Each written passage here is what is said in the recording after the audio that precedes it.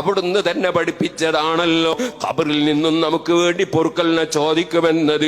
അങ്ങനെ വരുമ്പോൾ ഹബീബ് നബി തങ്ങൾ അല്ലാഹുവിനോട് ഉമ്മത്തിന്റെ പാപം പൊറുക്കാൻ പറഞ്ഞാൽ ആ റക്കബന്റെ ആ ശഫാഅത്ത് അല്ലാഹു തആല തട്ടിക്കളഞ്ഞാൽ നബി തങ്ങൾക്ക് തൃപ്തിയാകൂലല്ലോ. വലസൗഫ യുതീക റബ്ബുക ഫതർളാ.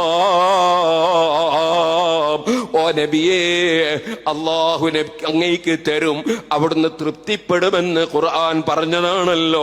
അപ്പൊ നബി തങ്ങൾ ഒരു കാര്യം ആവശ്യപ്പെട്ടിട്ട് അത് കൊടുത്തില്ലെങ്കിൽ തൃപ്തി വരൂലല്ലോ.